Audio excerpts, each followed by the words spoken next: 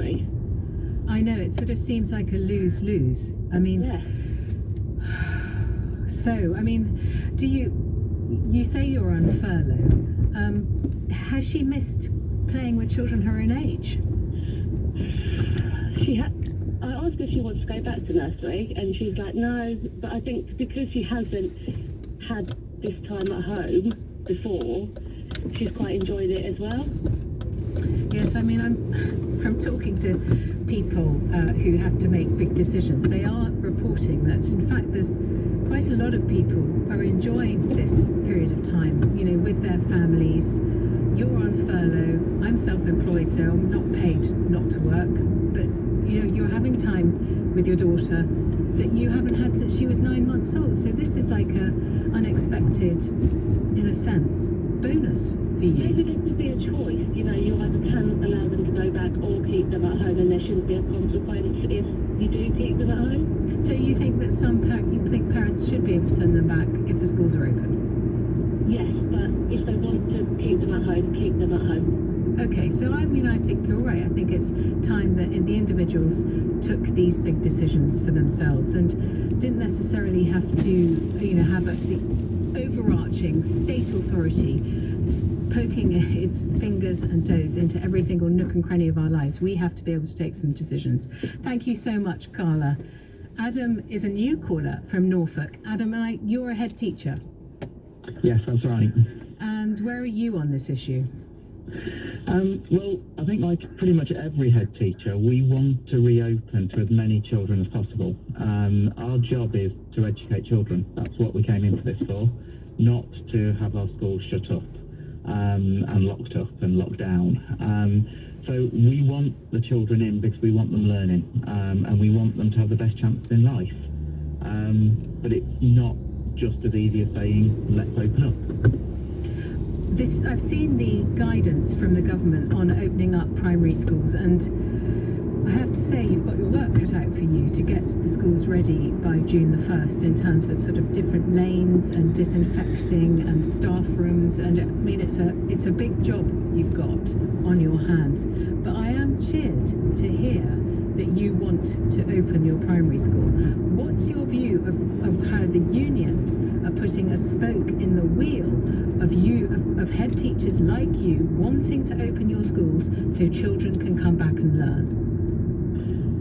The unions don't always do us justice, and I'm a member of a union, and I'm a believer that the unions are a really important part of the profession and in supporting all the teachers, the teaching assistants, etc., all of those workers.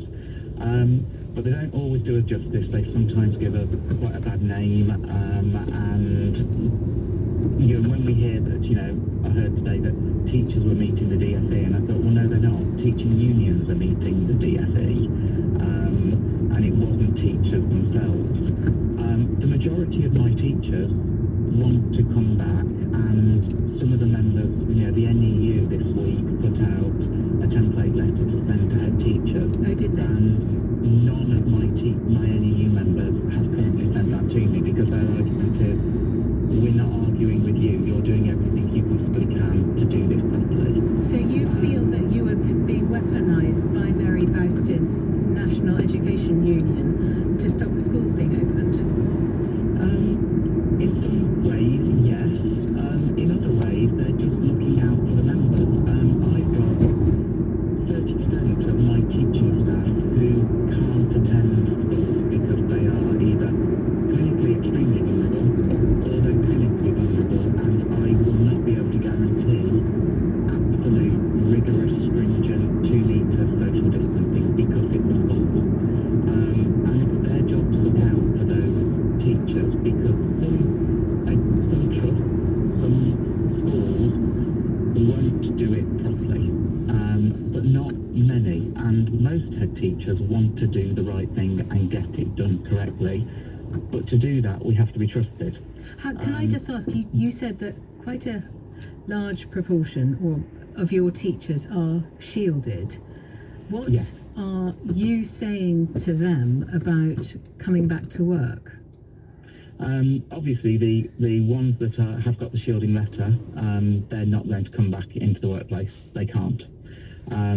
The ones that at the moment are have got serious underlying health conditions but don't have the letter, I am doing everything I can to do workplace modification.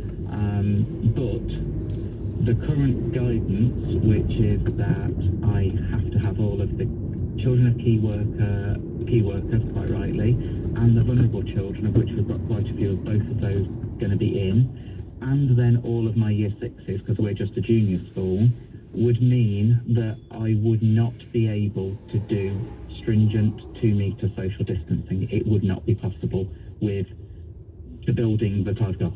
I've got a building that's over 100 years old. The classrooms are quite small.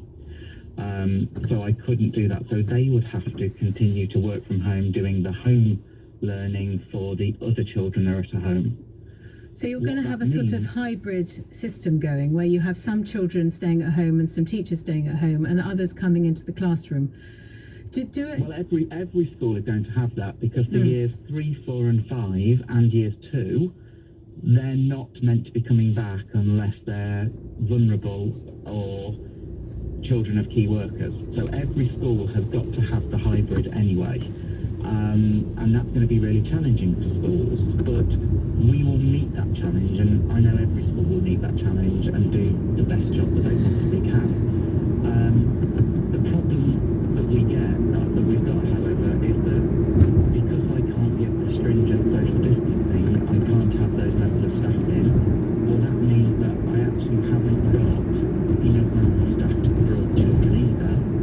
So I'm now in a situation where I will only be able to have half of my year sixes at a time come into the building, which means I'm going to have to go against the guidelines that were put in front of me by the government at 8 o'clock last night. But that's the only way to be able to see all the children some of the time. Have you done a straw poll as to how many of the children of these key year groups would return to school, Adam? I mean, so you know how many in terms of social distancing? That has gone out to our parents today, Okay. And it could be that I might only have 50% who want to come back, at which point they will all get a place. Exactly. But I work in an area where the majority of my children are in live in families where the parents do jobs that are low social economic. They work very hard. They don't believe in taking benefits. And many of my parents are doing 2 or 3 jobs just to stay above the line. And actually many of them are actually feeling forced to go back into work, and therefore have to send their children in, even though they might not feel it's safe for their children yet. I mean, but as a head teacher, do you feel very responsible? I mean, the sense of providing a safe environment, how do you define safe? How do I define safe? So I will have in my classroom desks that are 2 metres apart. When staff have to walk between, they will obviously get closer, but I'm working on the fact that walking between is low risk. It's when you're having to sit there for 5-10 minutes that is the higher risk. So I can cope with having desks 2 metres apart without having a 2-metre alleyway as well. We will create areas such as one-way systems for walking around in corridors and almost little roundabouts, so that children stay as far away from each other as possible. Our bubbles or little groups or bubbles, they will continue to just eat and play together, and they won't mix with the other bubbles. And that will be frustrating for the children, but that will make it safe. Thank you, Adam. Very good luck with the bubbles.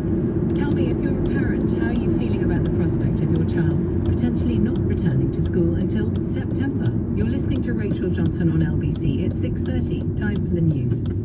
We are rate of infection, which measures how many other people a coronavirus patient infects, has risen since last week, but the Health Secretary says it's still below the key figure of 1. A teaching union has warned no school should reopen until ministers demonstrate it's safe to do so.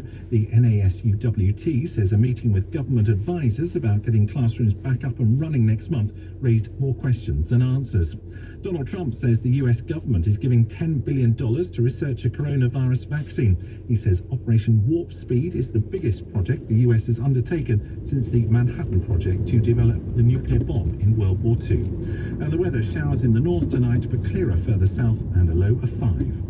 Nick Ferrari at breakfast. Weekday mornings from 7. Northern Ireland Secretary Brandon Lewis. There seems to be problems and a degree of confusion over public transport, and some ministers, it is reported, are at odds over whether commuters should get on crowded train carriages or buses to get to work. We'd say to people, we've got to make sure we continue to practice social distancing. We would discourage people from using public transport. If the tube train pulls up and is full, would you get on? No, I wouldn't. I would want to continue to practice social distancing. Nick Ferrari at breakfast. With Zero, get your business digital ready with Zero accounting software. LBC. At Vodafone, we know how important it is to stay connected. Whether you're keeping the family entertained at home or staying close to loved ones far away. That's why we've lowered the price of our fastest broadband to just £22.95 a month. So switch to Vodafone Superfast Broadband and stay connected for less. Available online today, keeping the UK connected. Ready? Vodafone. 24-month contract, credit check acceptance and price raise may apply. Superfast average speeds from 35 megabits per second. Vodafone.co.uk/broadband. When your tenants have a burst pipe, superheroes crashing through the walls are going to help anyone. The Roadline landlord emergency energy policy, we are meant to send a rather super plumber theme for the masses. Guarantee they'll use a no bill.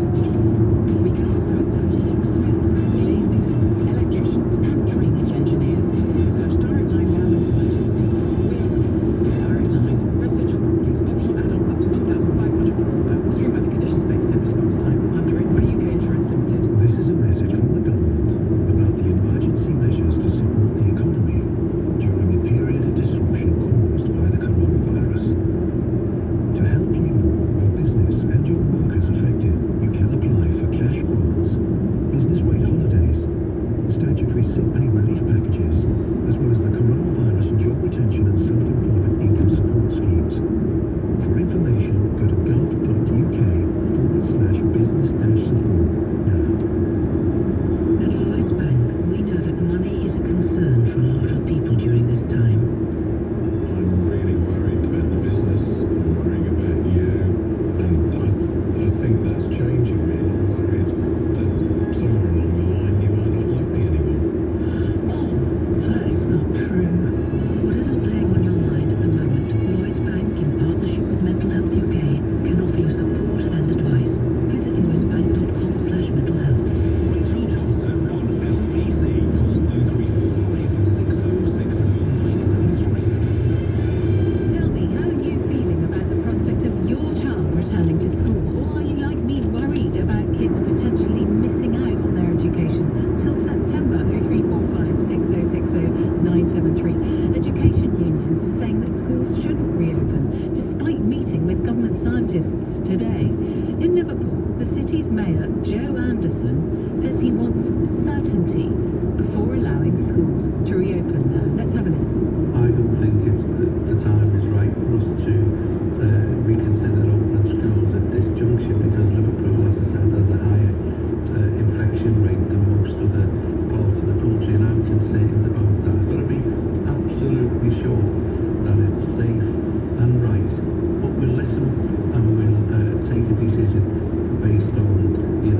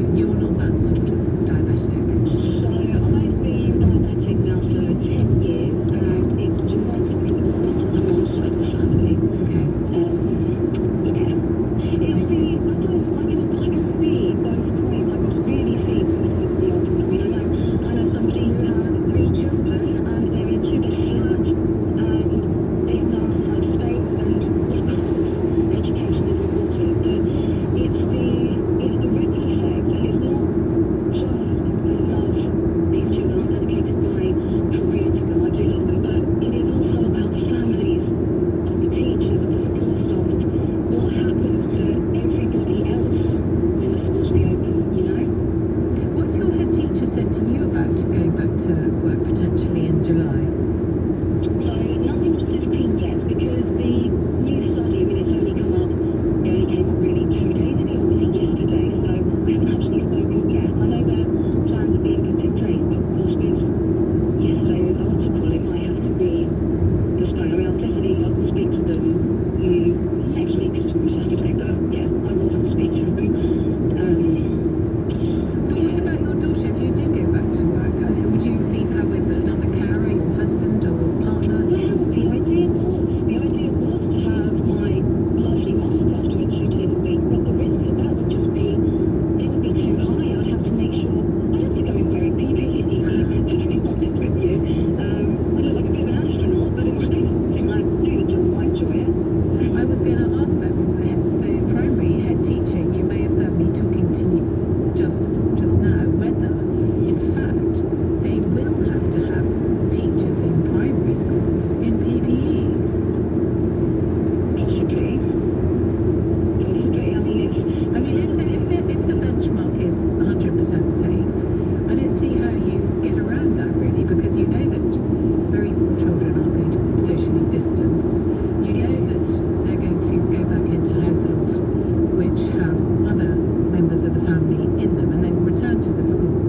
So if someone like you could be put at risk by a child coming into the classroom and infecting you. It's true.